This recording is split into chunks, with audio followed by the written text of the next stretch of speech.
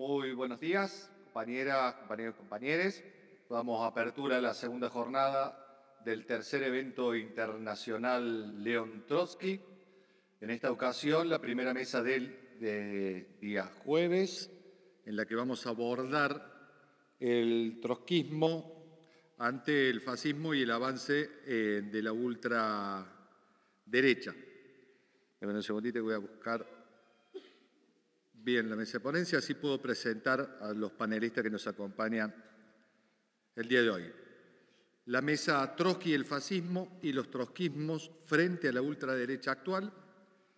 Nos acompaña y va a ser el primer orador David Carvala, militante de la Marx 21 y de Unidad contra el Fascismo y el Racismo de la Tendencia Socialismo Internacional de Cataluña, y va a exponer en su ponencia titulada Combatir el fascismo, aprendamos de Trotsky y de las luchas. También nos acompaña, y va a ser el segundo orador, compañero Juan García, dirigente del Partido Obrero, y expondrá su ponencia titulada Las ultraderechas del siglo XXI a la luz de los análisis de Trotsky acerca del fascismo clásico. Luego expondré yo, mi nombre es Ezequiel Perecini, soy exdiputado de la provincia de Córdoba por el Frente de Izquierda de los Trabajadores y militante, dirigente de izquierda socialista, y expondré sobre mi ponencia titulada Bonapartismo, fascismo y la ultraderecha del siglo XXI, movilización, unidades y frentes. Luego va a continuar el compañero Pablo Vasco, dirigente del MST, con su ponencia titulada Frente al auge de la ultraderecha, ¿qué respuestas revolucionarias? Y para finalizar la mesa de ponencias, el compañero Fernando Dertaube, periodista, editor de Izquierda Web y dirigente del Nuevo Más. Agradecemos a todas y todos la posibilidad de que estén presentes el día de hoy. Entonces vamos a comenzar dándole la palabra a David Carvala. Les recuerdo que tenemos 10 minutos de exposición en la primera vuelta y luego 5 minutos para la segunda vuelta. Voy a avisar a los 8 minutos para que redondeen, ¿sí? Les pido, por favor, un criterio unitario y respeto a los tiempos. Adelante, David. Muchas gracias a las organizaciones por la invitación a participar en este evento. Estoy muy contento de participar. Aquí debo decir que en las izquierdas en Europa podemos y debemos aprender mucho de las luchas y de las izquierdas en América Latina, pero sobre la cuestión del Frente Único contra el Fascismo creo que tenemos aquí muchas décadas de experiencia que podrían ser útiles para las izquierdas radicales en Argentina y en América Latina más en general. Antes de entrar en materia, me gustaría comentar que es una lástima que no haya mujeres participando en esta charla, porque las luchas de mujeres en América Latina han sido impresionantes. Yo creo que son un elemento clave de la lucha contra la extrema derecha, entonces su ausencia aquí es una lástima. Siguiente punto, que la teoría es importante en esta sesión. Me imagino que se hablará bastante de la teoría. Pero la teoría abstracta para mí no sirve, que la teoría debe basarse en la práctica, debe ser un producto de la práctica de experiencia de luchas reales. Y sobre esta cuestión hay una buena base de experiencias vividas de Frente Único, de lucha unitaria contra el fascismo, siguiendo lo que decía Trotsky, pero aplicándolo en la práctica. Y mi experiencia es que dentro de la izquierda radical, incluyendo gran parte de la izquierda trotskista, más que aplicar lo que defendía Trotsky de Frente Único, se basa en otras visiones que realmente no han mostrado su efectividad en la práctica. De hecho, a menudo se reproducen modelos del stalinismo, del periodo en que subía Hitler al poder. Y el modelo stalinista de esa época fue un desastre. Entonces, hablaré sobre todo no de la teoría de Trotsky, sino que sí que me baso en esto, pero hablaré más de la experiencia de luchas reales, primero en Gran Bretaña, pero luego también en Cataluña. Entonces, en Gran Bretaña llevan años en esta lucha, pero es destacable que el julio pasado julio y agosto pasado, hubo incidentes muy importantes y relevantes. A finales del julio pasado hubo lo que llaman fake news, mentiras racistas sobre un terrible asesinato en Southport, cerca de Liverpool, diciendo que un asesinato lo había cometido una persona emigrada y musulmana. Era falso, era una persona nacida en Gran Bretaña. Este asesinato ocurrió el 29 de julio y poco después la extrema derecha logró protagonizar pogromos racistas, primero en Southport misma y luego en casi todo el país. Y participaron centenares, quizás miles de personas, incluyendo neonazis. Y todo esto salió en la prensa internacional. Lo que salió menos, pero que sí salió, fue la respuesta, que muchas personas salieron en protestas antirracistas, defendiendo a mezquitas, centros cívicos, los albergues de migrantes que estaban bajo ataque. Y el 7 de agosto, los fascistas habían anunciado una lista de quizás 30, 40 centros de ayuda a personas migradas, centros de ayuda jurídica y tal, que iban a atacar. Entonces, lo que ocurrió fue, eso fue el 7 de agosto, hubo una movilización antirracista enorme. Se calcula unas 25.000 personas en total. Y la prensa, comentó la existencia de estas protestas, pero lo que no comentaron fue de dónde vino esta movilización. Y ni siquiera la prensa de izquierdas, que habían comentado el papel del Partido Conservador en crear un entorno racista. Algunos hablaron del neonazi Tommy Robinson, que solo 2 días antes del asesinato, que fue la excusa de estos pogromos, había convocado unas 20.000 personas en el centro de Londres en un acto racista. Pero no la prensa internacional ni la prensa de izquierdas explicó que estas movilizaciones antirracistas no fueron una cosa simplemente espontánea, sino que fueron protestas convocadas desde el movimiento unitario contra el fascismo, que es Stand Up to Racism, en pie contra el racismo. Y fueron sus convocatorias de sus grupos locales que existen en ciudades por todo el país las que fueron el impulsor de estas movilizaciones enormes, que no podían prever el tamaño de la movilización, obviamente, pero sin esta convocatoria no se habían producido. Yo estuve hace pocas semanas en Walthamstow, en el nordeste de Londres, y me dijeron, no sabíamos que fuésemos tanta gente, pero al final hay una foto, hay fotos increíbles donde todo el centro del barrio está lleno, miles de personas en este sitio. En otros sitios fueron 2.000, en otros sitios fueron quizás un centenar, pero fue una respuesta enorme.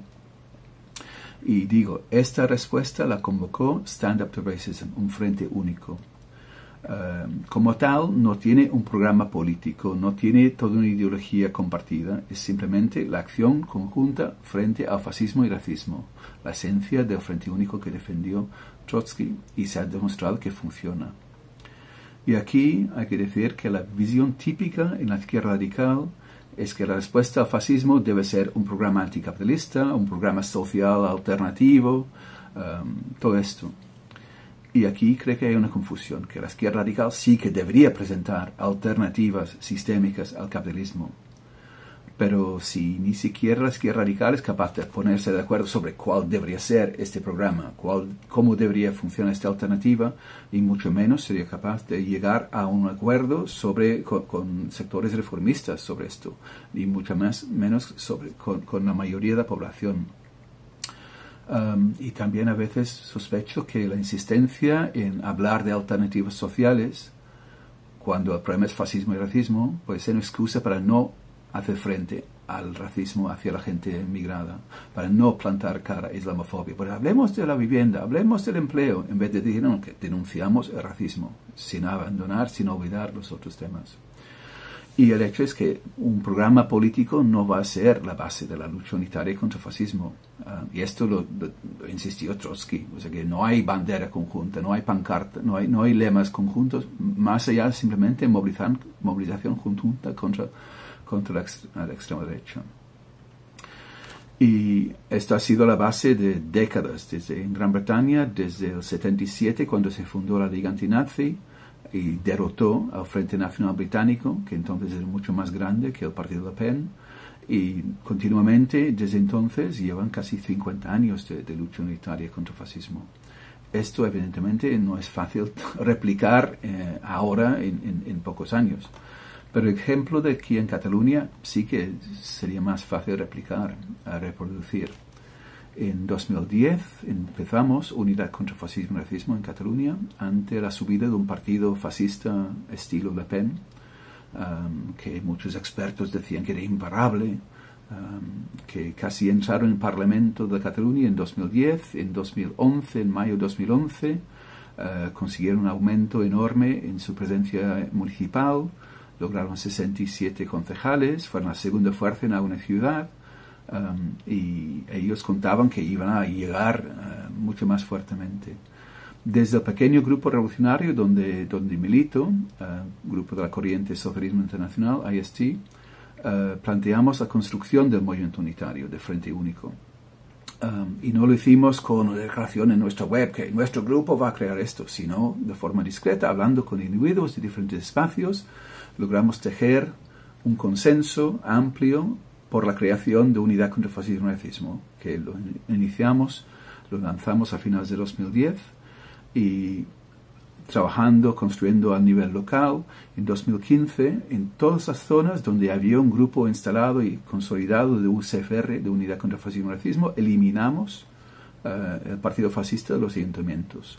Bajaron de 67 concejales a solo 8, que fueron en los sitios donde la izquierda radical no había querido construir movimiento unitario, sino que tenían su propia candidatura, querían atacar a los fascistas, los conservadores, los socialdemócratas casi por igual, y no funcionó.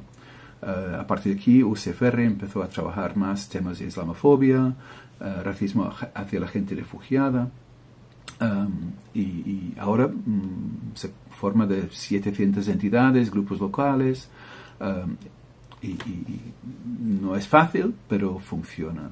En el resto del Estado español casi no existe nada parecido. Y el hecho es que si no lo empezamos, gente de nuestra corriente, que nos llamamos Marx 21 en el Estado español, si no lo empezamos nosotros, ahora mismo el resto de la izquierda radical simplemente no capta la necesidad de construir movimiento unitario. Suelen seguir, como decía antes, mucho más el modelo stalinista durante el auge de Hitler, que era que todo tiene que basarse en su programa, que denuncian a todo el mundo, desde el fascismo hasta la socialdemocracia, casi por igual. Y lo que también suele pasar es cuando esta estrategia sectaria se reconoce su fracaso, optan por la otra estrategia stalinista de los años 30, que es el Frente Popular, que es pedir el voto a los reformistas, sino a formaciones burguesas del centro neoliberal, como la defensa frente al fascismo, y esto tampoco funciona. UCFR, el Frente Único, nunca pide el voto a nadie. Pues, estamos en contra del fascismo, pero no decimos, vota esto porque van a ser la solución. No. A quién se vota o no es opción de cada uno, simplemente con no votar al fascismo. Entonces, para concluir, simplemente destacar lo que he dicho antes, que Unidad contra el Fascismo y Racismo es un espacio muy amplio, que gran parte de la izquierda forma parte, con todos sindicatos, movimientos de migrantes, movimientos musulmanes, movimientos de mujeres, todo esto. Pero el hecho es, como decía antes, que lo empezamos nosotros en un pequeño grupo de la Corriente Socialismo Internacional. Mirando en Europa, suele ser gente de nuestra corriente que impulsa este movimiento. Y realmente con esto no basta, porque somos una corriente, pues tiene su presencia, pero ante el auge actual del fascismo hace falta mucho más lucha unitaria contra el fascismo. Entonces, ahora mismo, pues como grupo hemos crecido, porque somos el grupo que impulsa esta lucha, entonces demostramos en la práctica que nuestras ideas tienen sentido. Entonces, en cierto sentido, nos beneficia a nosotros como grupo. Pero realmente, para derrotar al fascismo, haría falta que el conjunto de la izquierda radical y otros sectores de la izquierda pero a menudo es la izquierda radical la que impulsa las cosas, que debería estar impulsando la lucha unitaria contra el fascismo, porque funciona, se ha demostrado que funciona. Y las teorías que dicen lo contrario simplemente están desmintiendo la realidad de décadas de lucha y de décadas de experiencias. En este caso de Gran Bretaña y Cataluña que he mencionado, pero en otros países como en Grecia, donde los neonazis ahora están en la cárcel. Entonces espero que con esta explicación ayude a que más personas tengan interés en construir un movimiento unitario, y también pueden mirar la página web worldagainstracism.org, donde actualmente hay una llamada a favor de luchas unitarias internacionales. Muchísimas gracias, David, por tu intervención. Ahora continúa Juan García con la ponencia ultraderecha del siglo XXI a la luz de los análisis de León Trotsky acerca del fascismo clásico. Bueno, ¿qué tal? Buenas tardes, buenos días. Gracias por venir a todos los compañeros y compañeras que hicieron un esfuerzo por estar acá a las 9 de la mañana. Algunos, bueno, tuvimos que faltar a trabajar, pero está muy bien estar acá teniendo este debate y este intercambio. Miren, primero quería arrancar por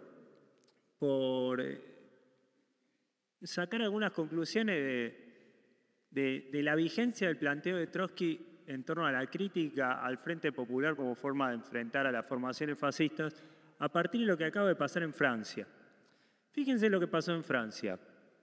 En Francia, bajo la presión del ascenso de la ultraderecha electoral de Le Pen, por un lado, y bajo la presión, por el otro lado, de que venimos de procesos de grandes huelgas contra el gobierno de Macron, se formó el Frente Popular, que fue elecciones, y el Frente Popular lo formó Mélenchon, arrastrando una parte importante de lo que era el NPA y sectores que venían del trotskismo, junto con el Partido Socialista. O sea que es en sí mismo un frente popular. Fueron elecciones, y en la segunda vuelta, para propiciar tener una mayoría contra Le Pen, el Frente Popular bajó candidatos para llamar a votar a candidato de Macron. ¿Cómo termina la historia? Macron hizo un acuerdo con Le Pen y designó como primer ministro a un derechista con el programa de Le Pen, y evitó una moción de censura de la derecha lepenista, designando un candidato derechista con el eje en la seguridad, la cuestión antimigratoria, una oposición cerrada, digamos, una defensa del sionismo, y toda la agenda fuertemente derechista en Francia. O sea que la idea de que acá la vía más sencilla para oponerse a estas formaciones ultraderechistas es la unidad de todos los que, entre comillas, defienden la democracia, se demostró de nuevo, de forma muy ostensible, una vía muerta, un error político brutal de la izquierda. Y se ve también que la cuestión del ascenso de este tipo de formaciones fascistas o ultraderechistas, más vale, significa para la izquierda una enorme presión de integración al régimen, porque bajo esta presión le clavaron el último ataúd en el clavo del NPA, con una ruptura, digamos, por derecha, y arrastró a sectores que históricamente venían del trotskismo, que ya habían abandonado hace tiempo la lucha por la dictadura del proletariado. La otra conclusión que quisiera sacar de esto es que si uno compara los análisis de Trotsky en los años 30 sobre el fascismo, o digamos no los análisis de Trotsky, lo que eran las formaciones fascistas en los años 30, con lo que es la situación en la actualidad, se va a dar cuenta que una diferencia muy, muy importante es que las ultraderechas actuales no han conseguido hasta ahora, por lo menos sus representantes más emblemáticos, romper el marco del régimen democrático. Bolsonaro perdió las elecciones, hizo un conato de golpe fracasado y entregó el poder a Lula. Trump perdió las elecciones, hizo un conato de golpe medio farsesco y le entregó el poder a Biden. Le Pen negocia con Macron para los primeros ministros de Francia. Meloni gobierna en Italia dentro de los marcos de la Unión Europea, etc. O sea que la idea de una guerra civil contra las masas, con una movilización de la pequeña burguesía y la ruptura del orden democrático, que era la característica común en los años 30, no es en principio algo que estas formaciones de ultraderecha estén pudiendo llevar adelante en la actualidad. Y esto tiene que ver con un problema de fondo que tiene que ver también con lo de Francia, que es que en el siglo XXI, desde el fin del siglo XX, de los años 70, 80, para la burguesía la democracia se transformó en una herramienta de control y de regimentación de las masas enormemente potente, en una herramienta contrarrevolucionaria muy potente. Entonces, la burguesía recurrió a los regímenes democráticos para zafar de situaciones revolucionarias de fondo y utiliza a fondo la demagogia democratizante como un factor de alineamiento internacional, por ejemplo, para apoyar a Israel. Fíjense qué contradicción. A Israel le dicen que es la única democracia de Medio Oriente. Entonces, la democracia imperialista tiene un valor para la burguesía, para el imperialismo muy, muy grande. Y este imperialismo democrático de los Macron, etcétera, es el que apoya justamente el genocidio en Gaza, que es probablemente la mayor aberración de crimen contra un pueblo que hayamos visto en los últimos, no sé cuántos años, ya van 48.000 muertos, es un intento de exterminio sistemático, etc. Incluso el Estado español con Pedro Sánchez le sigue vendiendo armas. No le han trabado embargo, ni hablar Francia, el gobierno de Biden, etc. Entonces, para la burguesía, la emergencia de estas fuerzas ultraderechistas es un recurso político también con el que juega alternando con los Biden, con los Macron, etc. Y tienen enormes vasos comunicantes. Y es una tarea de la izquierda revolucionaria mostrar estos vasos comunicantes para esclarecer el carácter de esta democracia capitalista. Mostrar los vasos que unen a los Macron con los Netanyahu, con los Le Pen. E incluso a las fuerzas autodenominadas de izquierda. En ese sentido, una gran parte de la izquierda mundial está tan integrada a este marco democrático que, por ejemplo, mantiene, digamos, su pertenencia al Partido Demócrata, mientras el Partido Demócrata juega el rol que juega en el apoyo a Netanyahu, como es el caso de los demócratas socialistas, etc.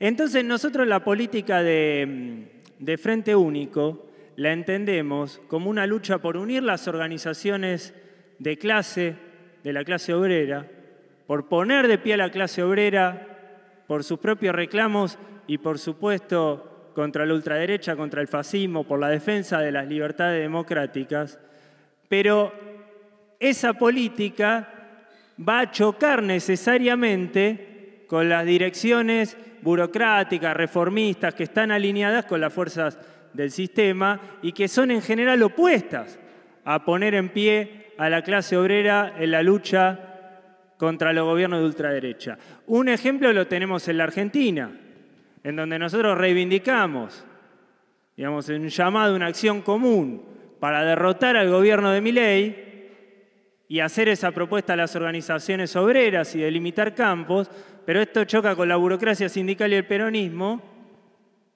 que no han hecho más que un par de medidas aisladas y le están dando un enorme aire al gobierno de Milei, sin el cual el gobierno de Milei no podría estar llevando adelante su política.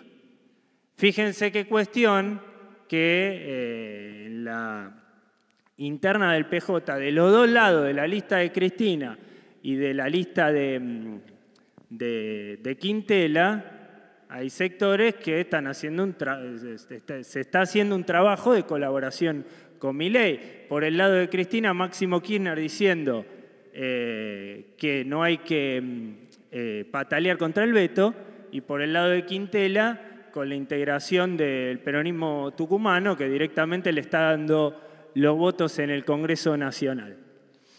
Entonces la izquierda tiene que tener una política independiente. Yendo a la Argentina, quería decir dos cosas más. Lo primero, que una particularidad de todas las formaciones de ultraderecha es el ataque, digamos, hacer demagogia con el ataque a sectores de migrantes, a sectores, a los sectores más excluidos de la clase obrera, etc. La particularidad de la Argentina de ese ataque es que es un ataque al movimiento piquetero. El ataque al movimiento piquetero es para Milei una bandera, por eso nos quiere meter presos, por eso tenemos las causas contra los compañeros, por eso pusieron toda la fuerza del aparato del Estado para cobrar la movilización del 20 de diciembre. Entonces, para la izquierda revolucionaria, la defensa del movimiento piquetero es un punto central de acción en la situación política. Nosotros defendemos a muerte la acción directa al movimiento piquetero y entendemos que es un punto absolutamente crucial. Lo segundo es que el descontento popular que se está gestando con Milei, contra Milei, y que se combina con la colaboración política de todos los bloques de la burguesía en el Congreso, la burocracia sindical pactando, etc., necesita un cauce político. Por eso nosotros entendemos que hay que plantear la consigna fuera Milei y poner la discusión de todas las organizaciones y hacer una gran agitación pública y recoger el guante de que no podemos tener 3 años más del gobierno de Milei y que tenemos que luchar para echarlo mediante la movilización popular, impulsando la huelga general, impulsando todas las luchas y poniendo en pie una salida de los trabajadores a esta crisis. Nada más.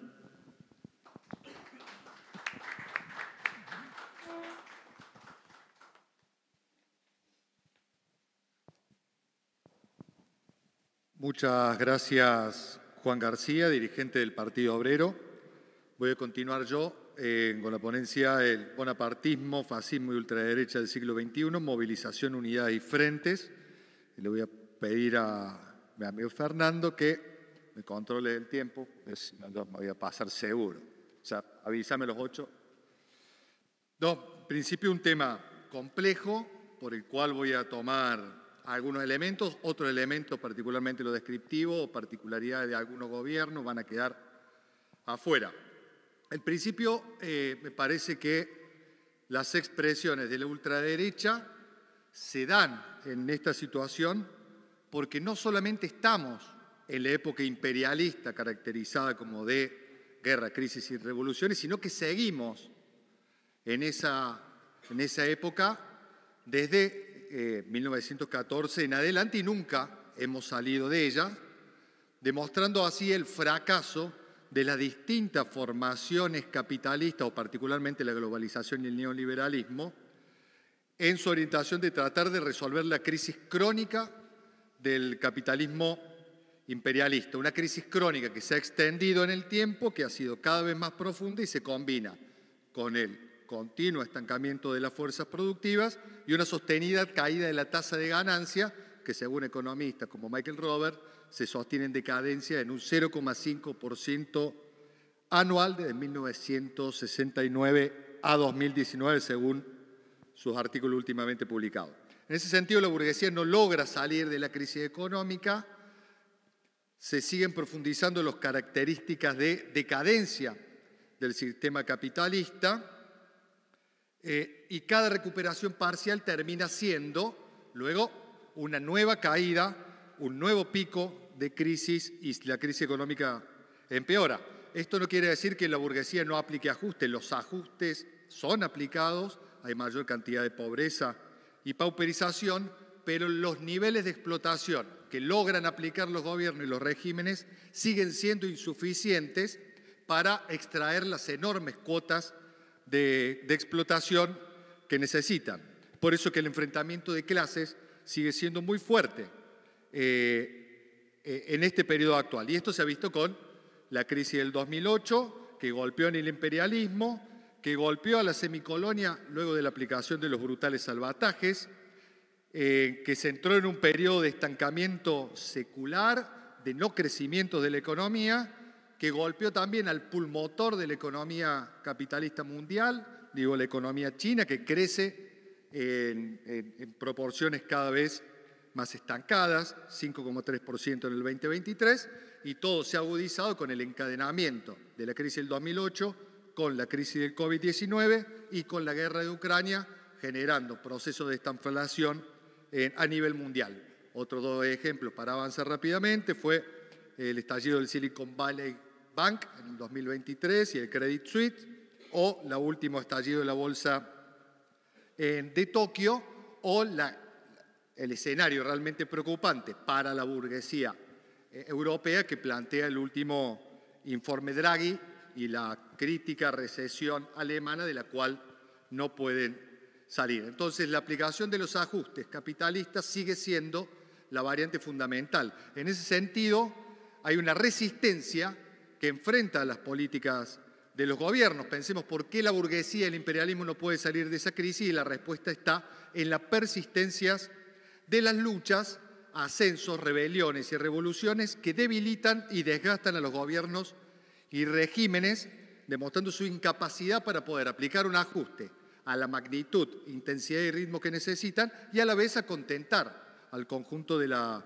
burguesía imperialista, abriendo frentes entre ellos. Entonces, el mayor desgaste, la polarización social y el desorden, esta incapacidad de la burguesía, a la crisis de los gobiernos y regímenes, hacen que se presenten las necesidades de los capitalistas en intensificar los rasgos represivos de los regímenes en el sentido del bonapartismo clásico, y si el movimiento de masas no genera una respuesta lo suficientemente contundente, buscarán llegar hacia el fascismo. Entendamos el bonapartismo clásico como la dictadura militar y que se pone por arriba como una dominación incontrolada, pero siempre como fenómenos transicionales sumamente inestables por parte del régimen para tratar de estabilizar los regímenes y las situaciones políticas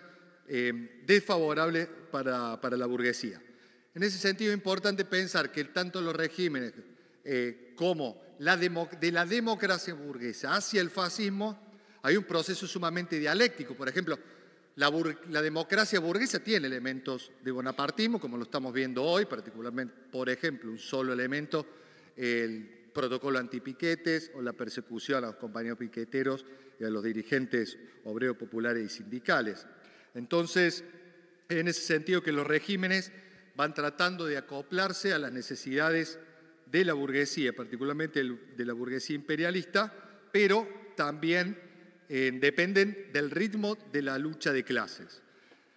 Es en ese sentido que me parece que la ultraderecha en el siglo XXI forma parte de este proceso característico de la etapa histórica, pero tiene algunas particularidades históricas y políticas que diferencian, que son diferentes a las definiciones del bonapartismo clásico, particularmente del fascismo que Trotsky elaboró durante la década del 30. La primera es que estamos en una época totalmente distinta a la época del 20 al 43, que Trotsky caracterizó como contrarrevolucionaria a partir del ascenso de Mussolini hasta el 43, donde el nazismo fue liquidado.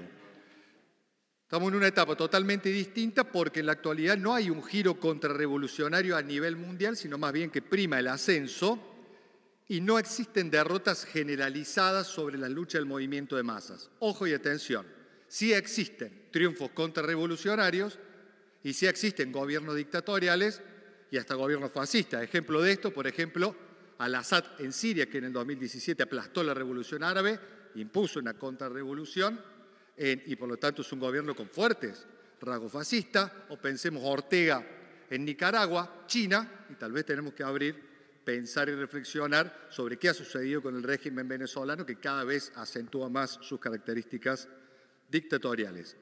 El otro elemento por el cual que se diferencia la ultraderecha del siglo XXI con los fascismos clásicos del 30 es que el imperialismo dominante, particularmente el norteamericano, se encuentra en una crisis de dominación muy profunda, en una triple crisis económica militar que dificulta o disminuye la capacidad de combate y de triunfo del imperialismo norteamericano, que viene desde Vietnam en adelante sin la posibilidad de anotarse grandes triunfos políticos y militares, y más bien sigue en el descontrol. Nuevamente, ojo, atención, no son procesos lineales, porque hoy el imperialismo, con Biden a la cabeza del Partido Demócrata, está desarrollando toda una política brutal sobre Palestina y sosteniendo al Estado nazi sionista de Israel. Y la otra limitación, la comentaba recién el compañero Juan García, es este elemento de la circunscripción electoral de la ultraderecha, que se encuentra limitada dentro de los marcos de la democracia burguesa. O sea, nacen, crecen, se desarrollan y muchas veces mueren en los marcos de la democracia burguesa y no logran imponer cambios de regímenes totales, aunque los dirigentes, los programas y las intenciones particulares de la ultraderecha sean efectivamente fascistas. Por eso creemos que a las expresiones de ultraderecha hay que tratarlas tal cual son, como fachos, aunque no logren conquistar aún y por el momento cambios de regímenes en los lugares en donde gobiernan. Por eso creemos que las tácticas unitarias son muy importantes en el Frente Único, probado ya en el golpe por Trotsky, Lenin, en el golpe de Kornilov contra Kerensky, aplicado también en la guerra civil española, y ahí aprendimos que siempre la unidad va acompañada con el enfrentamiento con el resto de las direcciones. Nosotros, Corriente Morenista, estamos orgullosos del PST, que aplicó y discutió la necesidad ante la masacre de Pacheco de generar un fuerte frente antifascista para enfrentar a la AAA, que del 73 al 76 fueron el preámbulo de la dictadura militar del 76. Por eso Nahuel Moreno en su discurso decía: queremos la unidad de acción para enfrentar al fascismo, no para acompañar a nuestro cortejo, que al fascismo no se lo discute y se lo combate. Es por eso que creemos que el Frente Único es una herramienta muy importante, que efectivamente la alternativa no son los frentes populares y la conciliación de clases, porque el centro del problema es que en estas situaciones se hace posible la aparición del bonapartismo clásico, de las reacciones fascistas, pero también se abre la posibilidad de la revolución socialista, en donde el poder político se encuentra en el centro de la discusión. No es el Frente Popular, eso, sino más bien pensar en resolver la enorme crisis de dirección revolucionaria, la construcción de partidos revolucionarios y disponer de tácticas unitarias, no solo para unir la pelea contra el fascismo, sino unir a los revolucionarios. El resto irá en los próximos 5 minutos de la segunda vuelta. Muchas gracias.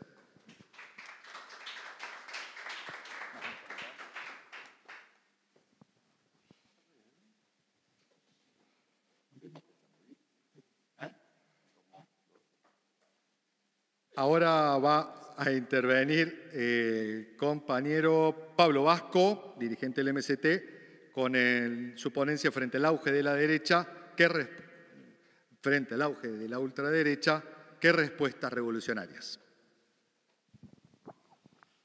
¿Cómo les va, compas? Buenos días. Gracias a los organizadores, gracias a la facultad también que prestó las instalaciones y sobre todo gracias a ustedes que están asistiendo a las 9:30 de la mañana a un debate complejo pero importante.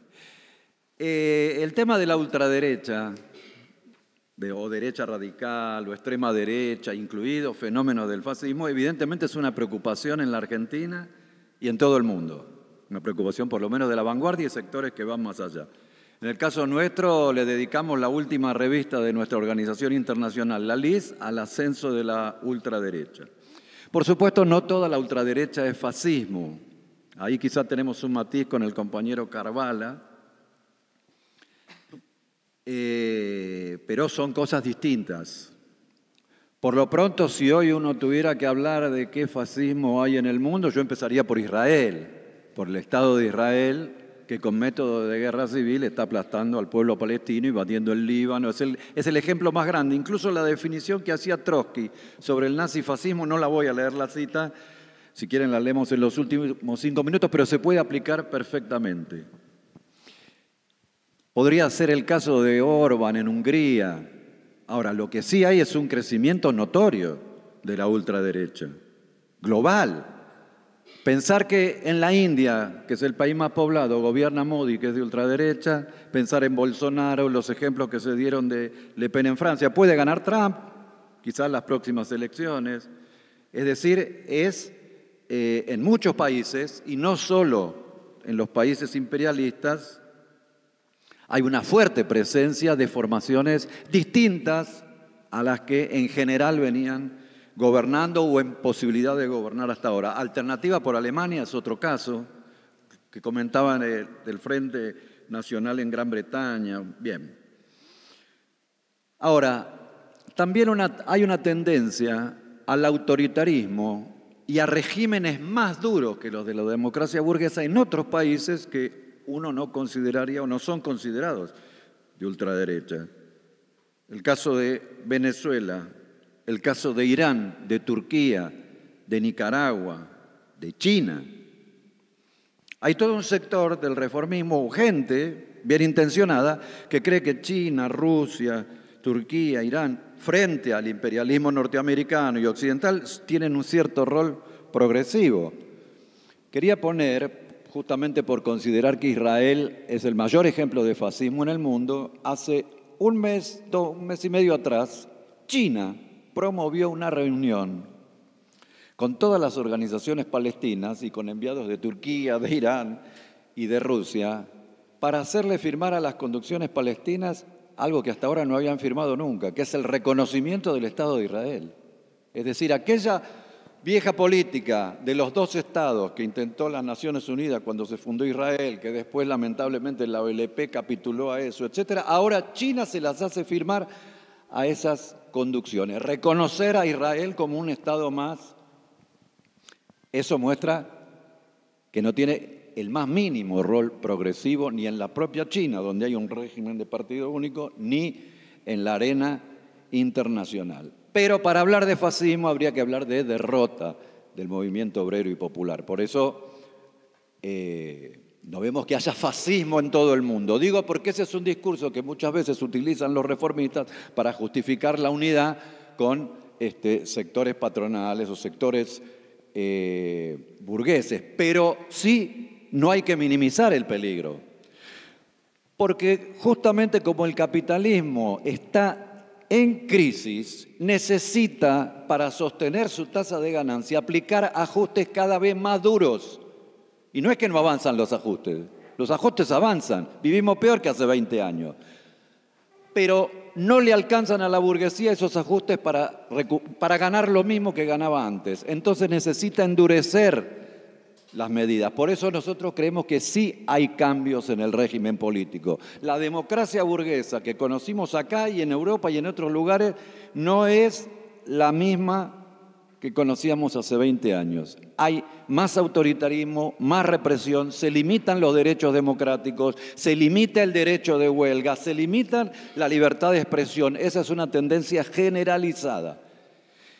Y entonces es preocupante que haya sectores de la burguesía que en lugar de apelar a los bipartidismos tradicionales empiecen a ver como una posibilidad la necesidad de tener a formaciones de ultraderecha para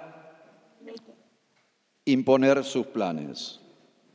Ahora, es importante analizar las causas de por qué surgen estas fuerzas, porque entonces analizando las causas es como mejor vamos a poder combatirlas. Una es la crisis económica, que genera, por supuesto, una polarización en el mundo, porque no deja de haber luchas y rebeliones. Es decir, la burguesía trata de avanzar, pero sigue habiendo luchas, rebeliones, resistencias. Ahora, tenemos un problema. La representación política que aparece es más bien por derecha y ultraderecha. Las representaciones políticas de la izquierda y de la izquierda revolucionaria son pequeñas. Hay una desigualdad en esa polarización. Es decir, estos sectores de ultraderecha surgen porque la crisis económica los obliga a aplicar planes más duros y para eso necesitan más represión, pero también porque las formaciones políticas, patronales, los partidos patronales, e incluso los partidos que se presentaron como una izquierda nueva, provocaron frustraciones políticas. Y me refiero a Syriza en Grecia, a Podemos en el Estado español, al kirchnerismo en Argentina, al chavismo en Venezuela. Es decir, los sectores del movimiento obrero y popular no solamente se frustraron con los Macri y con los gobiernos de derecha, se frustraron con los Lula también, que aplicaron planes similares a los de los partidos tradicionales conocidos. Y ese descontento y esa frustración, lamentablemente, como no hay un polo revolucionario fuerte que sea una alternativa interesante, la capitalizaron sectores de derecha y de extrema derecha. Entonces, las características de estas formaciones son bastante comunes en todo el mundo. Van contra todos los derechos, hablan contra los derechos sociales. Los inmigrantes son un blanco en particular, como si la presencia de inmigrantes acá en Europa o en donde fueran los que quitan el trabajo, etcétera. Contra la diversidad sexual, es decir, un discurso niegan no solo la existencia de genocidios, niegan el cambio climático, es decir, tienen un discurso reaccionario en toda la línea. Entonces, un debate grande cómo enfrentarlos, cómo enfrentar a estas formaciones. En ese sentido, nosotros creemos que no se trata solamente de denunciar o de clarificar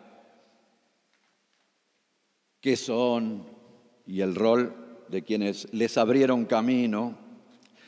Entonces es importante apelar a las tácticas de frente único que planteó León Trotsky en el año 20 para Francia, en el 30 para Alemania, donde por supuesto es importante el aspecto de la unidad de acción para movilizar, porque tengan en cuenta que cuando Trotsky escribió estas tácticas y las detalló, los partidos revolucionarios, en aquella época PC, tenían una representación de sectores de masas, 20%, 30% de la clase trabajadora. Si nosotros comparamos la representación de la izquierda revolucionaria, actualmente es muy menor. Particularmente en Argentina tiene una representación alta en comparación con otros países.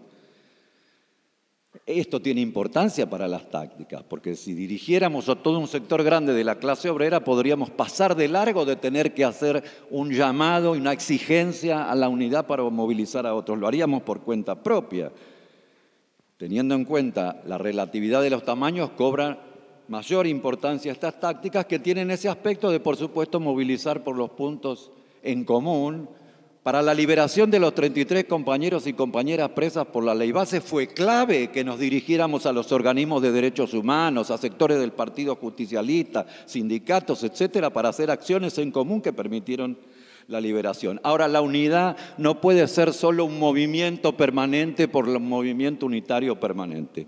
Porque si una de las causas del fortalecimiento del fascismo fueron las frustraciones políticas provocadas por los sectores reformistas o de nueva izquierda que aplicaron planes de ajuste, junto con el llamado a la unidad de acción y ser campeones de ese llamado y concretarlo y por cada punto en común llamar a movilizar, tiene que estar también el combate político contra esas conducciones reformistas o patronales, en el caso nuestro concreto el kirchnerismo, en otros el de Lula, bueno, en cada país al que le toque, para denunciarlos y para las bases que están rompiendo o que han roto con esos sectores puedan ser atraídas por la izquierda revolucionaria. Para terminar, porque no me quiero pasar del punto, tenemos un problema también, que es que la izquierda revolucionaria incluso no solo está dividida a nivel internacional, sino que en muchos países está dividida también. Y eso dificulta la posibilidad de que sea vista por sectores de masas de los trabajadores y del pueblo como una alternativa. En ese sentido, desde el MST, como parte del Frente de Izquierda Unida y desde la Liga Internacional Socialista, proponemos el reagrupamiento de los revolucionarios en cada país y a nivel internacional. Muchas gracias.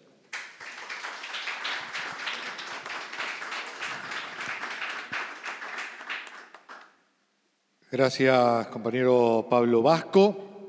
Para finalizar esta primera ronda, entonces, va a exponer sus 8 minutos el compañero Fernando del Nuevo Más, con la ponencia Fascismo y la Nueva Derecha, parecidos, diferencias y los desafíos de la izquierda revolucionaria. Bueno, buenos días, compañeros, compañeras. Gracias por haber venido. Quiero arrancar diciendo lo difícil que va a ser hablar en 8 minutos. Y que un poco hay algo que los compañeros, todos los que dijeron, los que hablaron acá tienen razón, que se puede decir que la nueva derecha no es fascista. Pero parafraseando una vieja frase popular, no son fascistas, pero que los hay, los hay. Porque es importante, es muy importante, tener en cuenta que venimos de una situación en los últimos años de marchas y contramarchas en la lucha de clases, en la que la ultraderecha avanza, después con movilizaciones de masas o incluso con elecciones retrocede en una situación de polarización en la que no hay ni derrota nuestra, no hay un triunfo categórico de la extrema derecha en la que hayan aplastado todos los derechos democráticos de la clase trabajadora, pero tampoco hay que ser irresponsables y facilistas. Porque lo vienen intentando, ¿eh? Y la fuerza política que más viene avanzando en los últimos años es la extrema derecha. Miremos lo que está pasando en la principal potencia del mundo en este momento, en la campaña presidencial, en la que hay consignas y maneras de ver el mundo que son no protofascistas, son fascistas y que están llegando a la campaña presidencial. Cuando se acusa de que cuando Trump en el debate presidencial acusa a los haitianos, esta gente que viene de afuera y se come las mascotas de la gente, cuando la extrema derecha del Reino Unido hace campaña con que están viniendo todos los musulmanes a matar a los nenes, son campañas de tipo prefascista,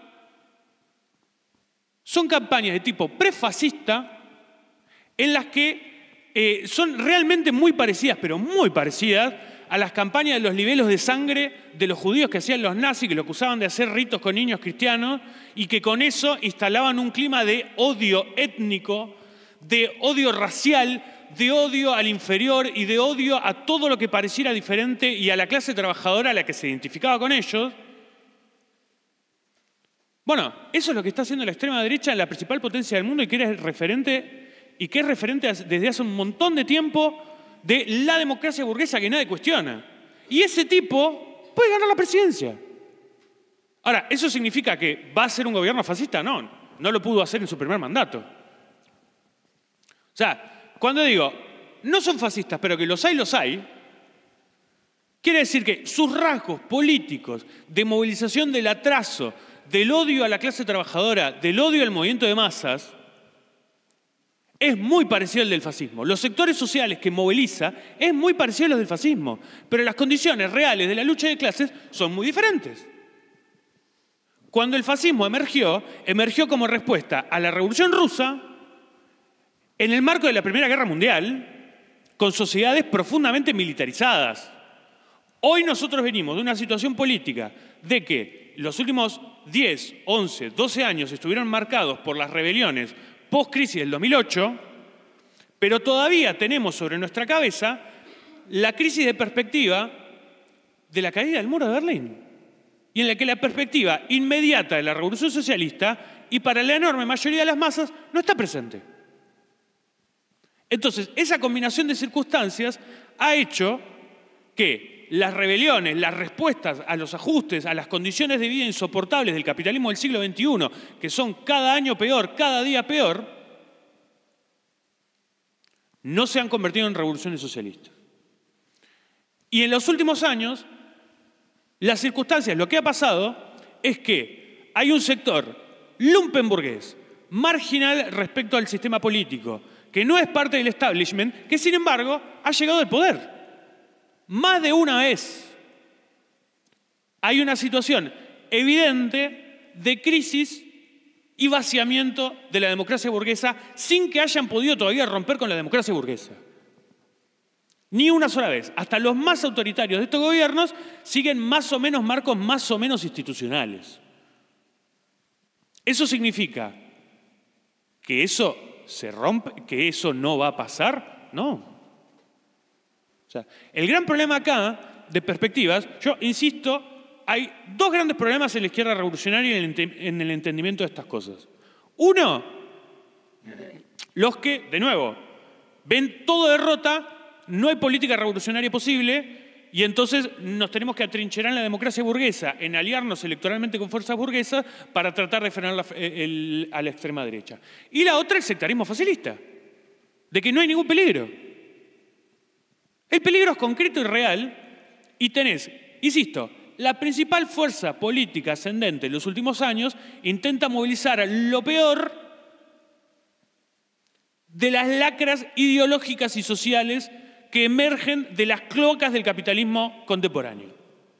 De la misma manera que lo hizo en su momento el fascismo. Entonces, de ahí, de entender de qué se trata, es que se desprenden los problemas políticos. Porque, insisto, cuando surgió el fascismo fue como respuesta a la Revolución Socialista y fue una respuesta militarizada en sociedades profundamente militarizadas y eran organizaciones centralizadas militarmente. Hoy la centralización que tiene el fascismo, el punto de unificación, perdón, el fascismo no, la extrema derecha, son candidaturas electorales en el marco de la democracia burguesa. Las circunstancias son muy diferentes. Bolsonaro es una figura electoral, Trump es una figura electoral, Milei es una figura electoral. ¿Pero qué viene pasando? Los tipos intentan avanzar e intentan superar esas condiciones. No perdamos de vista, dijimos, bueno, el golpe de Trump fracasó. El golpe de Bolsonaro fracasó. Pero lo vienen intentando. Los que vienen intentando romper con los marcos de la democracia burguesa son ellos. Y son ellos también porque su principal intención no es tanto romper con los marcos de la democracia burguesa, sino destruir toda posibilidad de que nosotros nos organicemos y le respondamos. Su principal objetivo es destruir las libertades democráticas de la clase trabajadora, de la izquierda y de todos los sectores de masas oprimidos. Y ese es el marco de estabilidad que viene marcando todos los últimos años políticos. Una y otra vez. Entonces, en el marco en que no hay ni derrota nuestra, ni un triunfo categórico que haya aplastado las libertades democráticas por parte de estos grupos, que eso no significa, bajo ningún punto de vista, que haya de decir, bueno, evidentemente, no hay ningún peligro porque todavía no ganaron. Bueno, el fascismo no nació ganando. No es que de repente ya estaba en el poder el fascismo. No, no funciona así.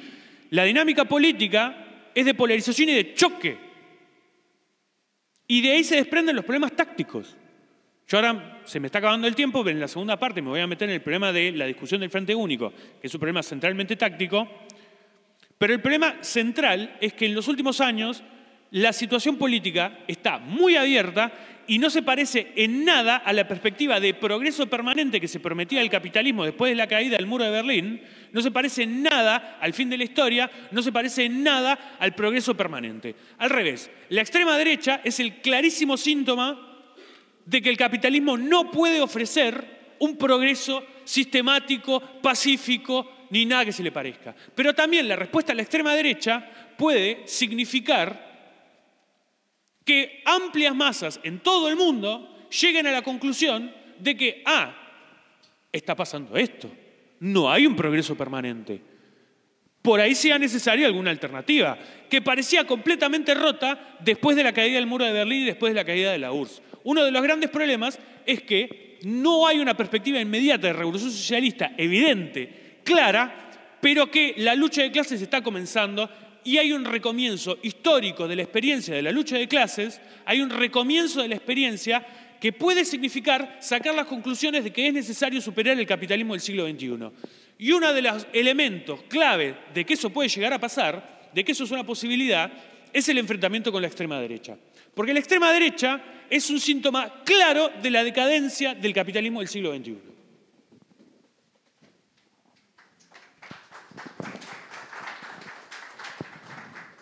Muchas gracias, Fernando.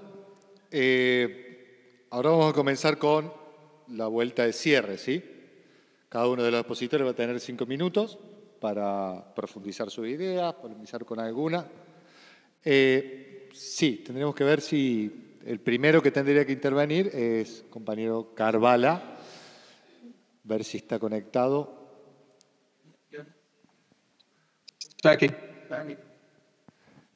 David, teniendo en cuenta que tenemos avanzamos rápido, tenemos media hora, no sé si a la mesa le parece habilitar unos minutitos de pregunta. Insisto que sean preguntas y no tengo una duda y una intervención de 5 minutos, pues vamos a directamente cortarle el audio, porque no tenemos tiempo. Pero si alguien quiere hacer una pregunta a los panelistas, me parece podríamos habilitarla un poquito, teniendo en cuenta que tratar de ser un poco más divertida su visita a la Facultad de Ciencias Económicas para charlar con nosotros.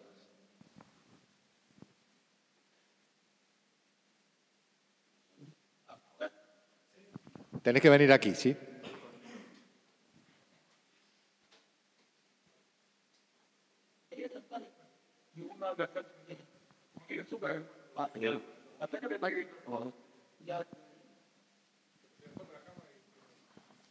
Buenas, bueno, ¿qué tal? Mi nombre es Matías, soy militante del Partido Piquetero, milito con el diputado nacional Juan Marino. Primero saludar esta mesa que me parece de las más importantes del tercer evento internacional León Trotsky.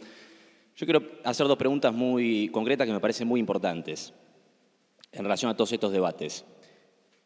¿Por qué la mayoría de los partidos del Frente de Izquierda que han votado a Haddad contra Bolsonaro, después no votaron a Lula contra Bolsonaro o no votaron a Massa contra Milei?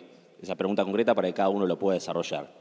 Y en segundo lugar, una pregunta más teórica, más profunda, más de fondo, vinculada a un debate histórico, preguntarle a cada uno qué piensan o si están de acuerdo con lo que decía Nahuel Moreno en polémica contra Guillermo Lora, pues Nahuel Moreno decía que el Frente Único Antiimperialista en los países oprimidos por el imperialismo son un frente popular. Moreno decía esto estando en contra de lo que hacía Lora. Entonces había un debate ahí abierto, él decía que era un frente popular, lo renegaba y estaba en contra de eso, estaba en contra de intervenir en eso. Es decir, si están a favor de la afirmación de Nahuel Moreno, nosotros estamos en contra de esa posición de Moreno, de que un frente único antiimperialista en los países oprimidos sería lo mismo un frente popular y se acabó y se anuló el debate. Bueno, preguntar esa pregunta teórica más de fondo y después esa pregunta política vinculada a los balotajes profundos que tuvimos. Muchas gracias. Ponemos esa pregunta, una más y vamos poniéndole el moño a la actividad. Me parece que no. No.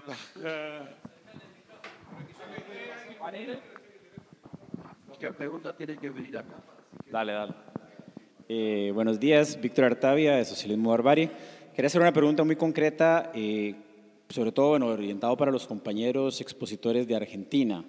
Frente al intento que hubo de magnicidio a Cristina Kirchner, quisiera saber cuál fue la posición que tuvieron las diferentes corrientes. En tanto eso, bueno, desde mi perspectiva, un poco nuestra caracterización, también se vincula mucho con el tema de la polarización y el avance de la extrema derecha, bueno, en el caso concreto acá de Argentina. Entonces quería colocar esa pregunta. Muchas gracias, camarada. Una más. Anímense, somos gente buena. Troscos. Vamos, entonces, avancemos. ¿Sí? Va entonces, David, espero que estés conectado. Te tocan tus 5 minutos de cierre. Te voy a avisar a los 4 minutos para que tengas un minuto para poder cerrar, ¿sí? Podés intervenir en las pues preguntas muchas gracias. que se plantearon. Sí, bueno, las preguntas me parecen más para los otros ponentes que para mí. Varios puntos. Primero, que creo que fue Juan que comentó que no toda la izquierda, no toda la extrema derecha es fascista o no es fascista, sino que dentro la extrema derecha, hay fascismo como tal, hay populismo de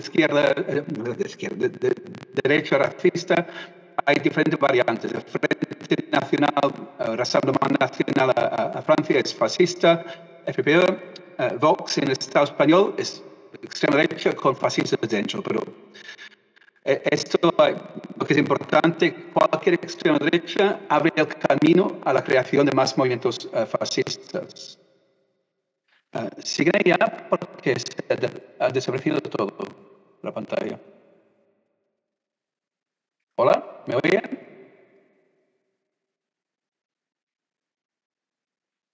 Bien.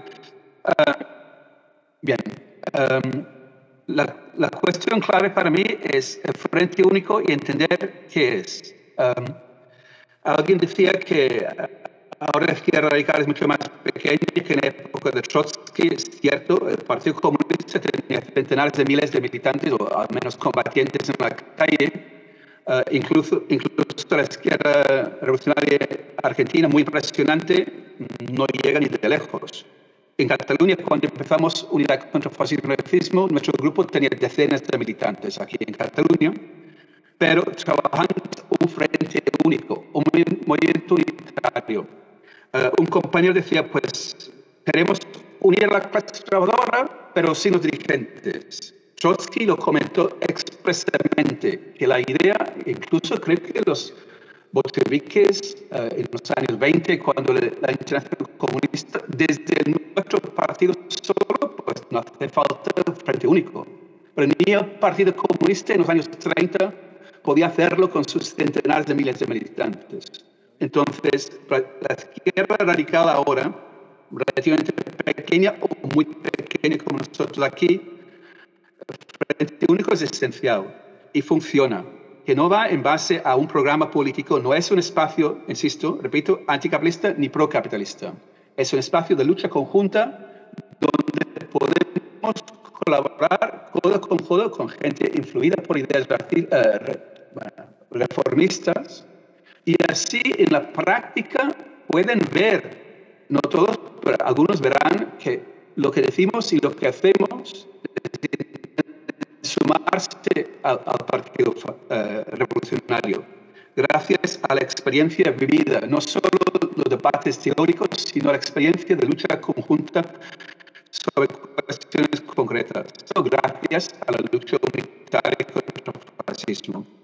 Y para cerrar, simplemente señalar que la experiencia en Europa de las últimas décadas es muy importante y relevante, porque si en muchas cosas en Argentina van mucho más adelante que en Europa, pero en esta lucha contra el fascismo tenemos mucha experiencia, muchos debates que han surgido aquí en la práctica.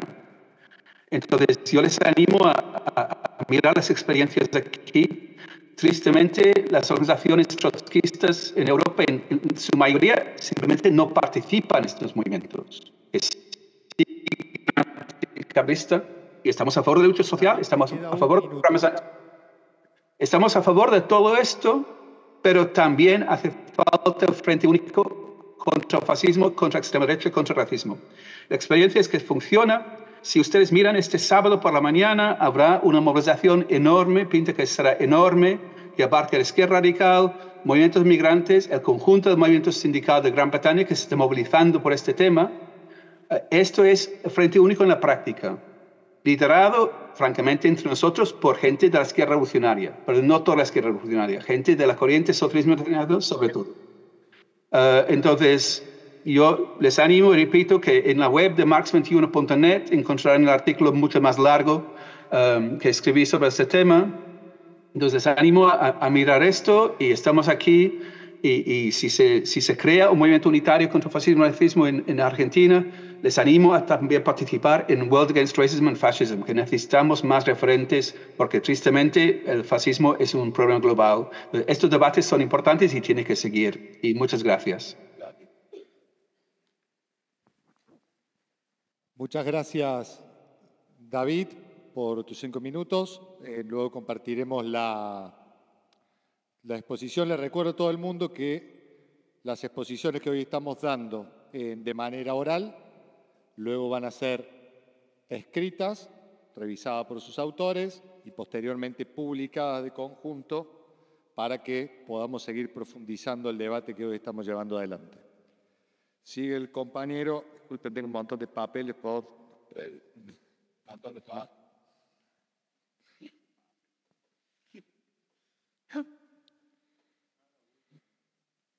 El compañero Juan García toca sus 5 minutos para cerrar en su intervención.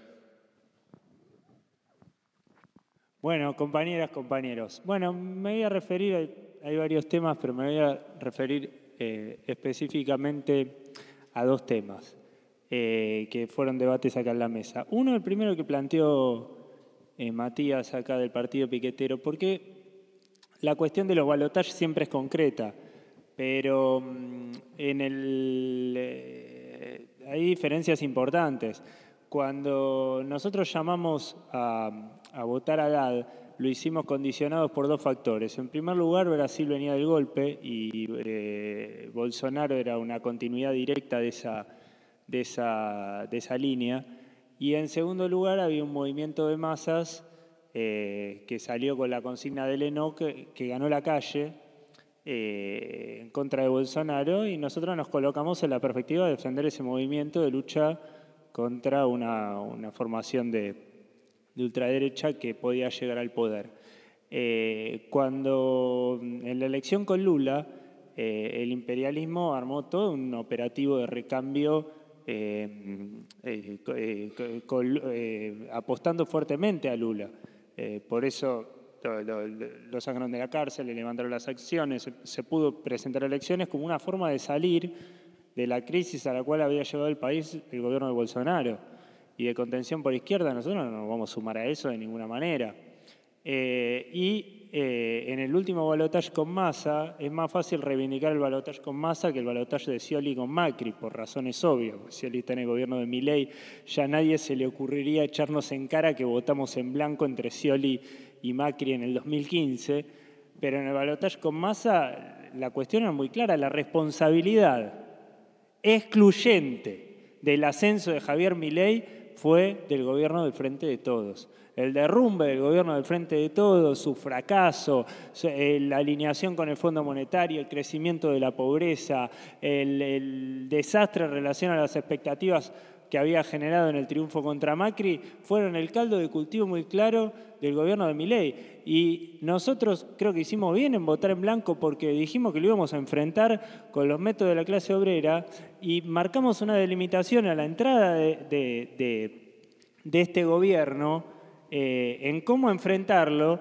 siendo que el peronismo ahora realmente, digamos, está en una posición de dejar pasar las medidas de Milei, que es muy sintomática, y Massa particularmente, que tiene todavía una gran parte de sus funcionarios en el gobierno mileísta. Entonces, arrancar desde este punto de vista. El problema de la presión del fascismo, de la formación de ultraderecha sobre la izquierda para integrarse a los marcos de la burguesía y para digamos, de integración al régimen es un problema muy profundo, es profundísimo, lo vemos en todos lados. Lo vemos en la evolución de los sectores de la izquierda que se integraron al kirchnerismo en la Argentina, pero también lo vemos, por ejemplo, en el caso de Venezuela, en donde con un signo opuesto, bueno, tuvimos corrientes que fueron chavistas y después se pasaron sin solución de continuidad al terreno de una denuncia democrática, entre comillas, al gobierno de Maduro, que los coloca en un terreno con Corina Machado y con la oposición preimperialista.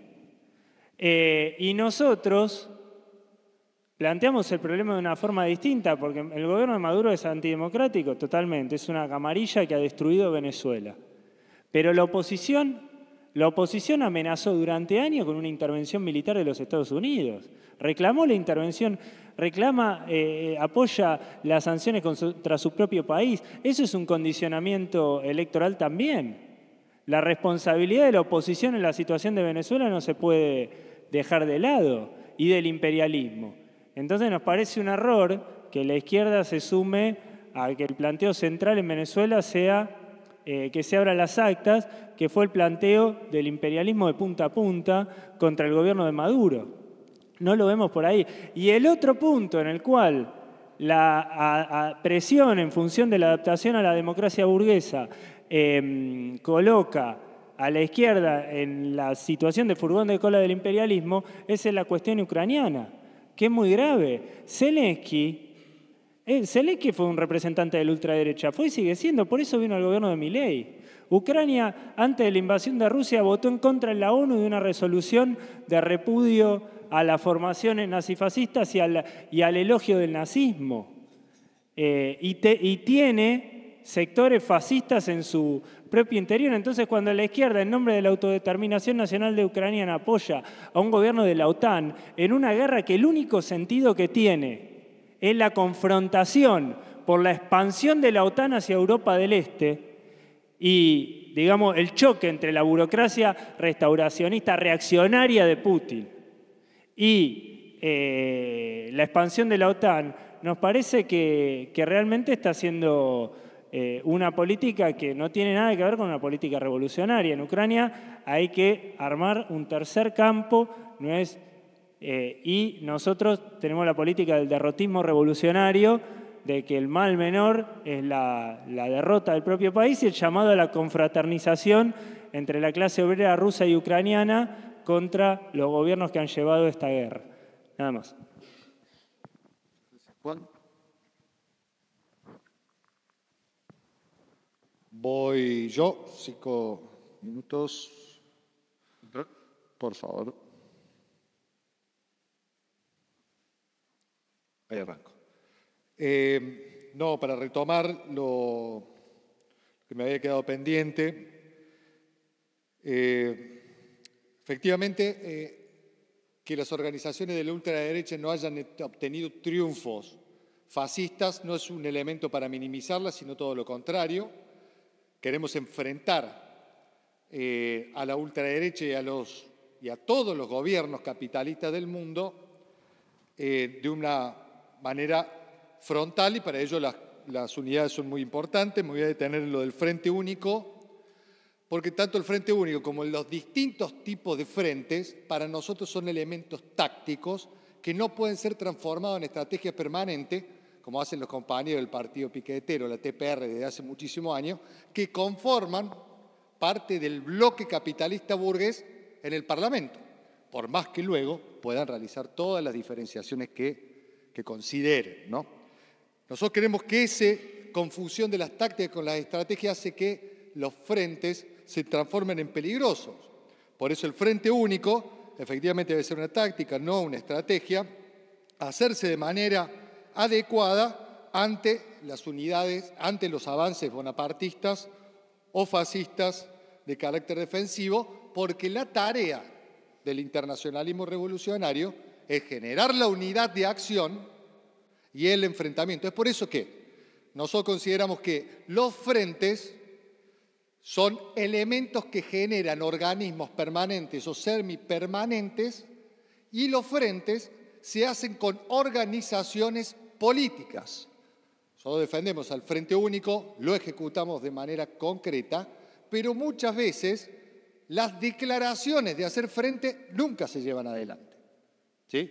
Por eso creemos que lo más importante es armemos una lista común en una facultad, recuperemos un sindicato, recuperemos una comisión interna, un cuerpo de delegados de manera concreta y ejecutemos los Frente Únicos con las organizaciones oportunistas no revolucionarias para enfrentar al fascismo. Efectivamente, acordamos con las definiciones de Nahuel Moreno, particularmente con la tesis 29 de actualización del programa de transición, en donde definimos al Frente Imperialista como un peligro, pero sin embargo nuestra corriente fue pionera en el enfrentamiento imperialista en diversos procesos y momentos, particularmente la política del PST ante la Guerra de Malvinas o nuestra importante experiencia de la Brigada Simón Bolívar en Nicaragua. Creemos que el voto crítico es una táctica válida. Nosotros de Izquierda Socialista y la UIT se la hemos utilizado en diversos momentos y en diversos en diversos países, porque consideramos que la táctica no es un problema de principios. Y luego, bueno, el PO ha realizado una campaña permanente de agitación sobre las corrientes de izquierda que nos presentamos aquí, diciendo que algunas corrientes apoyamos a Chávez o luego estamos con el imperialismo, o diciendo falsamente que, por ejemplo, la izquierda socialista está del bando de la OTAN o que apoyamos al gobierno de Zelensky. Yo le invito a todos los lectores a leer las fuentes primarias en donde desmentimos claramente todos los elementos calumniosos que han caracterizado las corrientes políticas desde su fundación con Altamira hasta la fecha luego de su ruptura. Nada más y muchísimas gracias. Sigue el compañero Fernando del Nuevo Más para concluir. Pablo Vasco, perdón. Brevemente, por las preguntas de los compañeros, ante el intento de magnicidio de Cristina, por supuesto lo repudiamos. Es más, sin que hubiera intento de magnicidio, cuando comenzó la campaña de lawfare, o sea, de los ataques judiciales contra Cristina, desde el MST lo repudiamos públicamente, incluso fuimos al Congreso cuando hubo el evento que hizo Cristina, etcétera. Porque era un ataque de la derecha que iba contra libertades democráticas que son del conjunto del pueblo y no patrimonio de un partido. Y con respecto al voto a masa, el voto en segunda vuelta es una cuestión táctica, la verdad. Estás hablando con corrientes que han llamado a votar a Massa como izquierda socialista, otros integrantes del Frente de Izquierda no. En Brasil, en general, en segunda vuelta, un voto crítico se apoyó a Lula porque estaba Bolsonaro, que no es solamente una figura electoral. Bolsonaro tiene sectores organizados y moviliza decenas de miles de personas en Brasil. Es más que una figura electoral. Entonces es muy táctico. En Francia, el trotskismo, no el trotskismo que está integrado al nuevo Frente Popular, por supuesto, pero las otras formaciones en segunda vuelta en general llamaron a votar donde había candidatos o del PC o de Mélenchon, no del Partido Socialista, porque el Partido Socialista en Francia es un partido patronal, es un partido imperialista, de socialista tiene el nombre. Entonces es una cuestión táctica. Y yo reivindico que el compañero Marino haya venido a las acciones conjuntas por la libertad de los presos. Lo que no creemos es que tenga que seguir siendo parte de un frente con sectores patronales. Massa y el PJ y el peronismo que prometió heladera llena y se la vació a la gente y así le abrió el camino a Milei, y no, tácticamente pensábamos que no, que era una frustración. Pero es un debate táctico. Insisto, yo creo que hemos dicho todos acá que las cuestiones del Frente Único son tácticas. Por supuesto, en relación a la estrategia que uno se propone como corriente revolucionaria, que es tomar el poder y desarrollar la lucha y además hacerlo a nivel internacional, son cuestiones evidentemente tácticas. Ahora, dicho esto, en una situación internacional de polarización social, donde no termina de ganar la burguesía, pero no hay victorias del lado del campo obrero. Efectivamente es así. Pero la representación política aparece sobre todo por derecha y ultraderecha, son tácticas muy importantes para construir alternativas revolucionarias que nos dirijamos con tácticas de unidad de acción, exigencias, propuestas, en todo caso, para llevarlas adelante o para desenmascarar a las direcciones que han llevado a esta frustración que hace crecer a la ultraderecha. No son tácticas secundarias ni menores. Por supuesto, el compañero Juan mete, como suele ocurrir, o incorpora debates que no estaban planteados, lo de Ucrania, por ejemplo. Miren, compañeros, no creo que pueda encontrar una sola cita en las corrientes que estamos acá de apoyo al gobierno de Zelensky, como dijo. Así que se referirá a otras corrientes. Ni una sola cita, va a encontrar lo contrario. Pero confundir un país opresor, invasor, con un país invadido, confundir una potencia que por lo menos es un imperialismo regional o militar con un país capitalista mediano, creemos que es un grave error. Como sería confundir a Israel con Palestina. En ese sentido, no Trotsky, Marx, Lenin, Trotsky, hay harta harta literatura y experiencia política suficiente de que hay que colocarse del lado militar del país invadido, no político, sin dar ningún apoyo al gobierno. Como el ejemplo más claro lo tuvimos acá.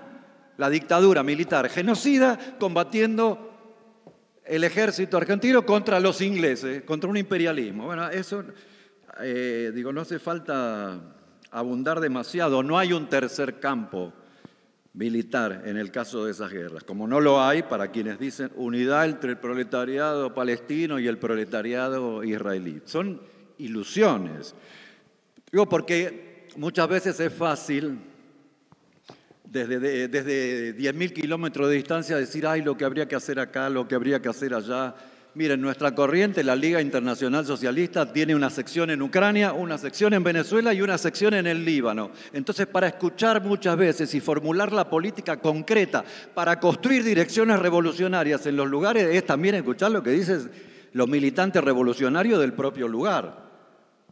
Porque los procesos son así. Sí, fuimos parte del movimiento chavista en sus orígenes cuando fue el proceso revolucionario. Y después empezó a retroceder, porque lo que no avanza retrocede. Y ahora estamos en la oposición, lejos de estar cerca de la oposición proimperialista. Y ahí toda la izquierda revolucionaria tuvo una táctica electoral de decir, no tenemos candidato, porque ni lo es lo de Maduro ni lo de los proimperialistas. Pero la política revolucionaria tiene que apuntar a un hecho concreto, que es superar la crisis de dirección revolucionaria. La última referencia, por lo que dice el compañero del MAS. Y las masas van a sacar las conclusiones de a dónde llevan los gobiernos de ultraderecha. No. Eso es espontaneísmo.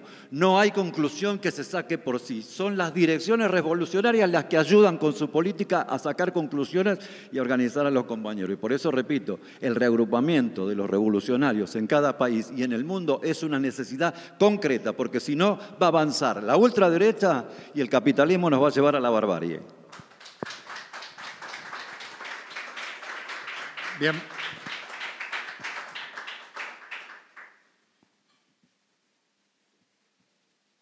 Ahora sí, para finalizar, compañero Fernando del Nuevo Más. Bueno, muy bien. Para arrancar, porque hemos repetido una y otra vez, porque el gran debate respecto al fascismo en la década del 20, 30 fue la frase de Trotsky, frente único, frente único, frente único, frente único, y dijimos es táctico, es táctico, es táctico, es táctico. Bueno, ¿qué significa eso? Lo que es táctico significa que es lo que podemos hacer en el momento en función de nuestro objetivo más general. Entonces, la situación en la que estamos ahora, efectivamente, Bolsonaro no es solamente una figura electoral, no dije eso, pero la centralización, cómo arranca